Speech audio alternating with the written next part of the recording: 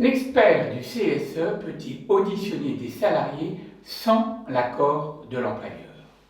Comme vous le savez, les élus du CSE peuvent, dans certaines conditions, faire appel à un expert pour les assister lors de leurs informations et consultations.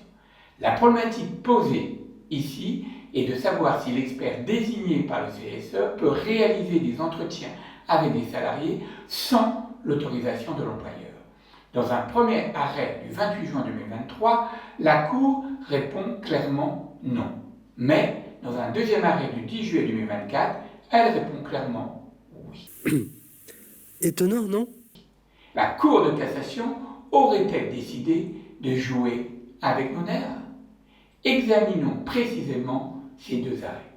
Dans le premier, les CSE avaient désigné un expert comptable dans le cadre d'une consultation sur la politique sociale, l'emploi et les conditions de travail. Alors que dans le deuxième, il s'agissait d'un expert habilité dans le cadre d'une expertise pour risque grave. Vous avez compris la subtilité introduite par la Cour de cassation. Elle tient à la différence effectuée par les magistrats entre le rôle d'un expert comptable dans le cadre d'une des consultations récurrentes et celui de l'expert habilité intervenant sur une mission en santé et sécurité au travail.